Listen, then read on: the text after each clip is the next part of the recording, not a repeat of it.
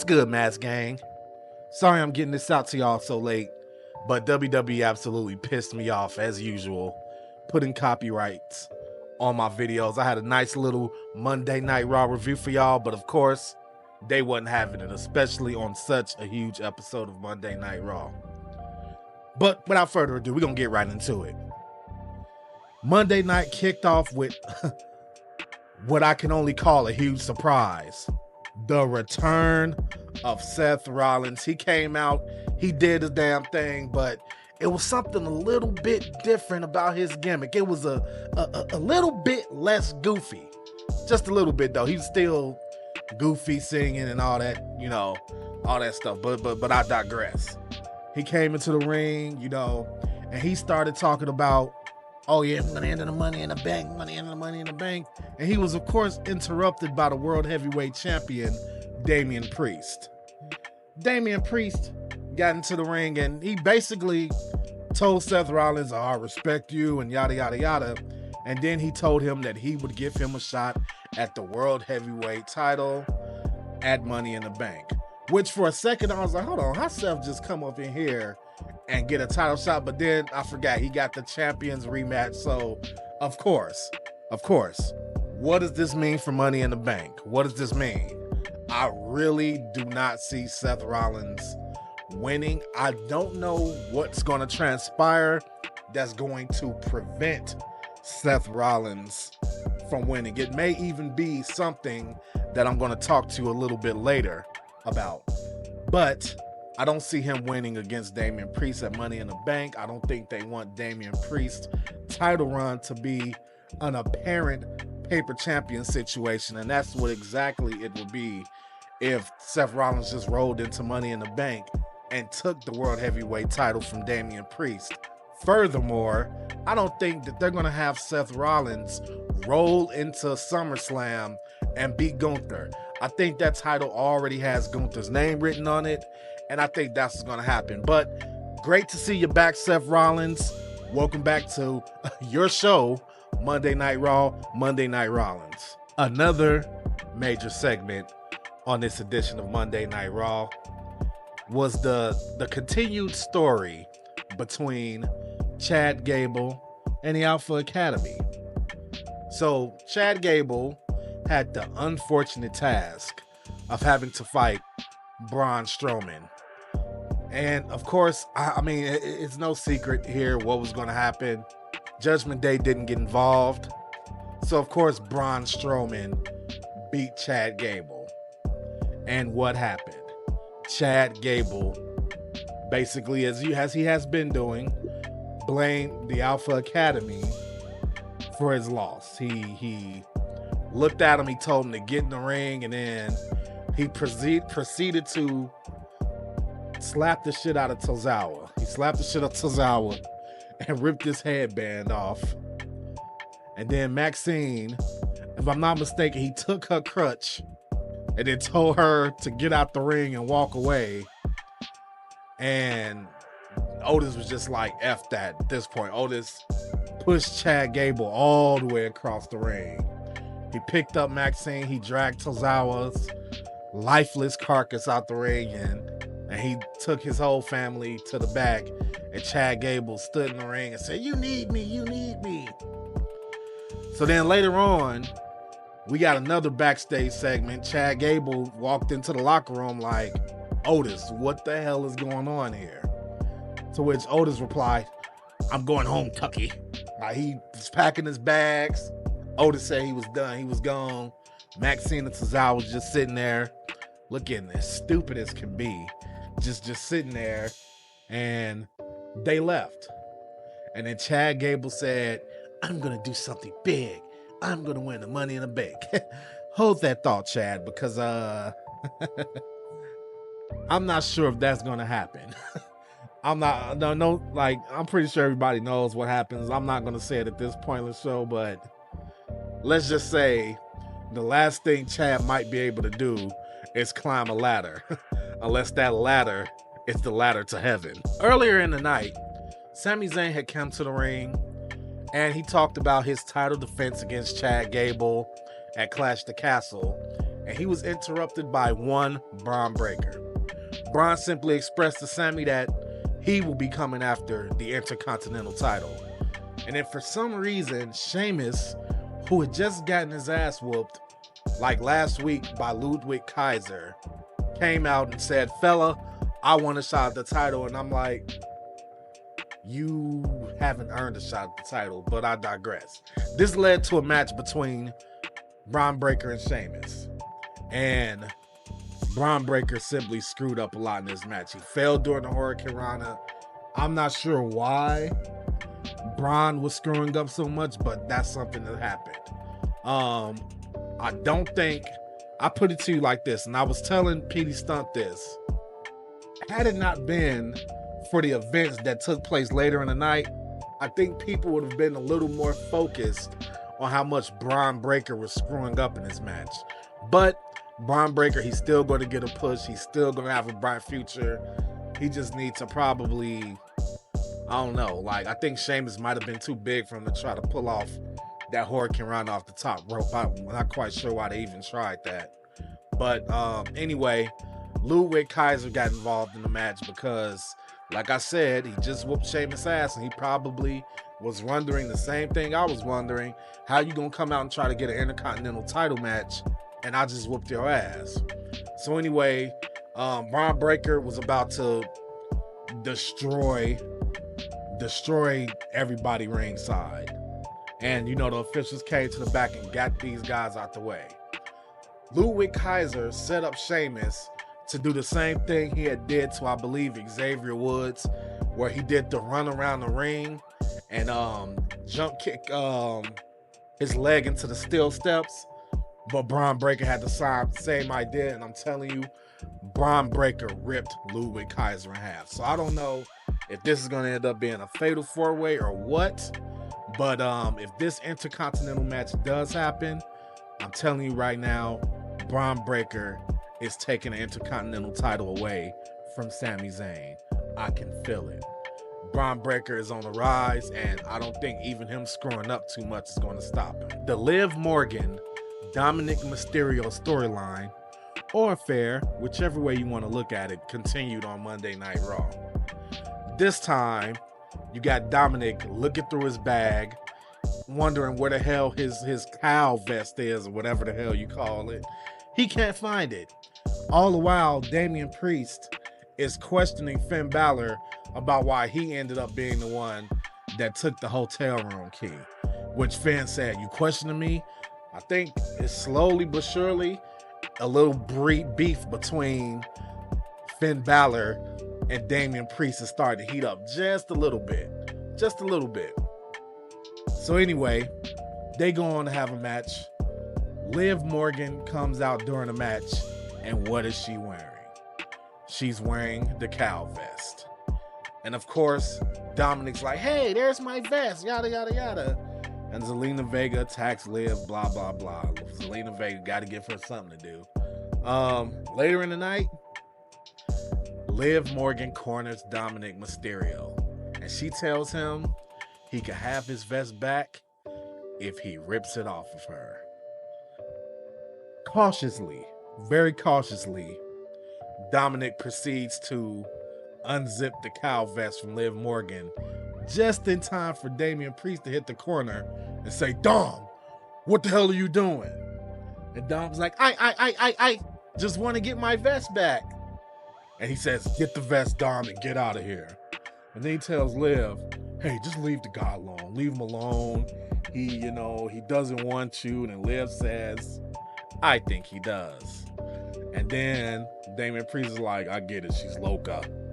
And then that's pretty much it, man. Look, I don't know how this is going to play out. One thing I do know for sure is that eventually Liv is going to pull Dominic Mysterio. That's going to happen. That's inevitable. That's inevitable. And I'm going to tell you another thing that's going to happen. At some point, whenever Liv gets a match against, well, let me take that back. Whenever Rhea, who's the challenger, gets a match against Liv for that title back, be ready for it. Dominic Mysterio is going to screw over mommy. He's going to walk away with Liv Morgan. That is exactly what's going to happen. And I can't wait because this storyline is hot. This storyline is fire. Y'all would know that if WWE didn't copyright my highlight video that I made for you guys. Oh man, then we had Drew McIntyre, who was understandably very pissed, very upset about the events that took place at Clash at the Castle. He was hot. I'm telling you right now, the man was pissed. He came to the ring. He couldn't even get his words out. The fans, if I'm not mistaken, the fans were chanting CM Punk. And then the man just pulled the Batista, man. He straight up pulled the Batista. He said, "I quit," and then left the ring. And then you see Triple H, you see Adam Pearce, they're like, "Drew, no, don't go, Drew. What are you doing? What are you doing, Drew? What are you doing? You can't go." He said, "I'm out of here." And if he knew, he made the right choice. You're gonna find out in a second. He made the right choice leaving that arena. But yeah, Drew walked out. The man's not quitting. Come on, guys. Come on now. If you believe he's quitting, then you just don't watch wrestling with the same eyes that I watch wrestling. I think only a child would believe that he's actually quitting. The man just re-signed his contract. He's not going anywhere. But I'm telling you where he's going to go. He's going to go to Chicago on Friday night. He's going to go to Chicago on Friday night, CM Punk's hometown. CM Punk's going to go out there, and I truly believe that Drew McIntyre is going to beat CM Punk to within an inch of his life. He's going to bloody CM Punk up. He's going to tear CM Punk up. I'm telling you, CM Punk is going down on Friday. Not for good. He'll be healthy enough to fight Drew at SummerSlam, but yeah, Drew finna put hands on CM Punk, and ain't nobody gonna be able to do anything about it. And he's gonna do it in front of his hometown. That's gonna be Drew exacting his measure of revenge for what CM Punk did to him in his home country. He's gonna do that to CM Punk in his hometown, and it's gonna be a brutal beatdown. If Drew goes to Chicago, hits CM Punk with a Claymore, and then walks away, I would think that is absolutely stupid. I would think it's absolutely idiotic. Drew McIntyre has to bloody and beat the hell out of CM Punk. He has to. Because when you're mad enough to put your hands around a man's throat, to choke the life out of him, he kicks you in the nuts and costs you your chance to win a championship in front of your home country, in front of your people, you going to his hometown, hitting him with your wrestling finisher and walking away, that's not enough. He needs to beat CM Punk so bad that even if they wanted to have a match at Money in the Bank, CM Punk shouldn't even be healthy enough to have a match with Drew McIntyre at Money in the Bank. That's the way this needs to go. CM Punk needs to be, the storyline needs to be, CM Punk is too hurt to fight Drew Money in the Bank, but he's healthy enough at SummerSlam, and that's when they need to have the match. Okay, now it's time for the reason that we're all here. The end of Monday Night Raw. Oh man, they tried to tell you that it was gonna be a massacre. They tried to tell you. It's a lot to unpack here. Let's start with the fact that Jey Uso was in the crowd yeeting. He was yeeting, and then all of a sudden you heard that familiar tune. You heard that electricity go out. That same sound that you used to hear before the Fiend used to appear. Then, next thing you know, you look on the stage and you see the door. The door that Bray Wyatt walked through when he returned before his tragic passing. Door kicks open. You see the bright light shining until it's not shining anymore. Then all of a sudden, throughout the smoke, you see something crawling. You see something crawling. Something that you haven't seen since you maybe watched The Ring or something like that. You get Nikki Cross's sister Abigail. She got on a dirty wedding dress or something. Some type of dirty gown. She's wearing it. She stands up slowly.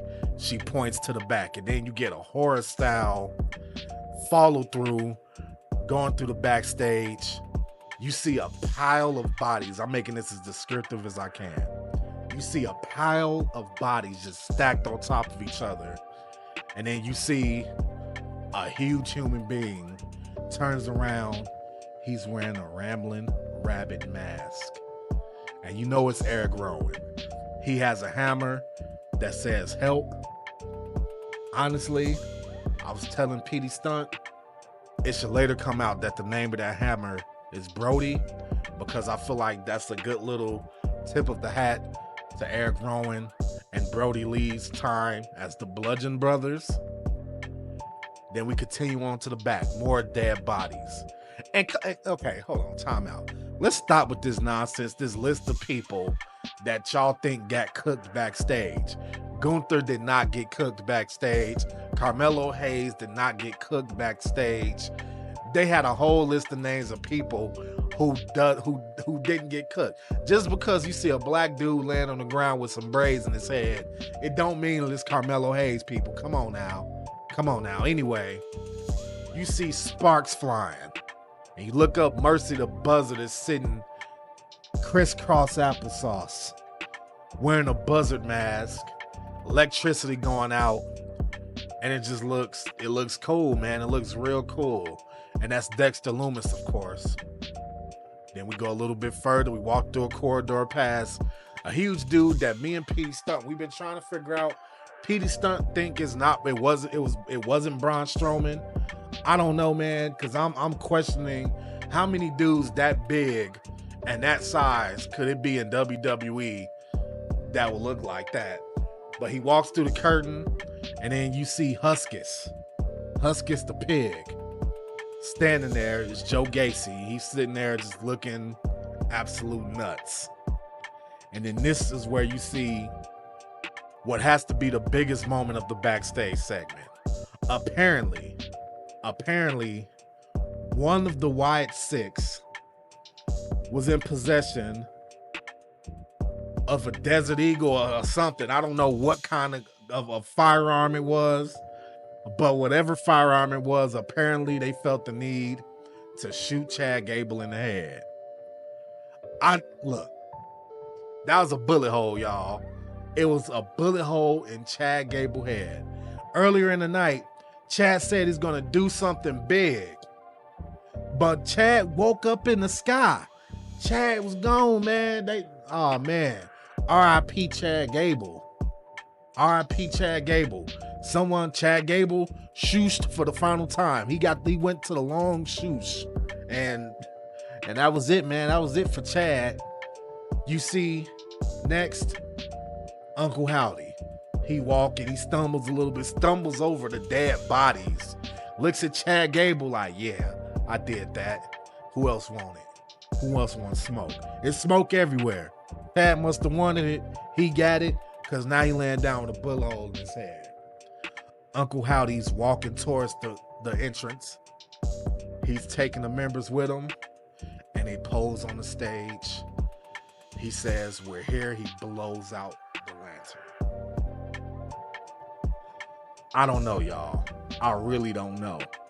I'm going to be honest with you. I really would like to know, though, what are they going to do next? I personally feel like there's a very high chance that their main target coming up is going to be Seth Rollins. That's what I think. Because I know for a fact that Damian Priest is not going to beat Seth Rollins clean at Money in the Bank. I don't think that's going to happen. Me and Petey Stunt has also spoke about what's going to happen next with Chad Gable. I was telling Petey Stunt there's a wide range of outcomes. One of the outcomes that does not need to happen under no circumstances should Chad Gable appear on Raw next week with a bandage around his head saying, what happened? No, that doesn't need to happen. Chad got to be gone for a minute. He got to be gone for a long minute. Petey Stunt wants Chad to come back as a completely different character. I think he called him like Perk Chad or something. He need to come back as a completely different character. I questioned with everything with his contract. I don't know if he re-signed or not. I got to look into that. I'm wondering if this was them writing Chad off of TV. And if it was, Man, what a stupid way to write somebody off of TV. I made fun of TNA. It was Impact at the time. I made fun of Impact because I seen something where a guy got stabbed to death on an episode of Impact before, and I thought that was stupid. This would be just as stupid if he got shot in the head on Monday Night Raw and then he shows up in AEW, no bullet hole, no nothing. Like, but hopefully Chad re-signed with WWE because, yeah, this is the way of writing him off of TV. It's pretty damn dumb. I don't think that's the case, though. What do you guys want to see? What do you guys think happened? What are the Wyatt Sicks going to do next? What the hell happened to Chad Gable? When are we going to see him again? When will we ever see him again? I want you guys to like this video, subscribe, turn on your notifications, and leave a comment. Tell us what you think. Mass Game.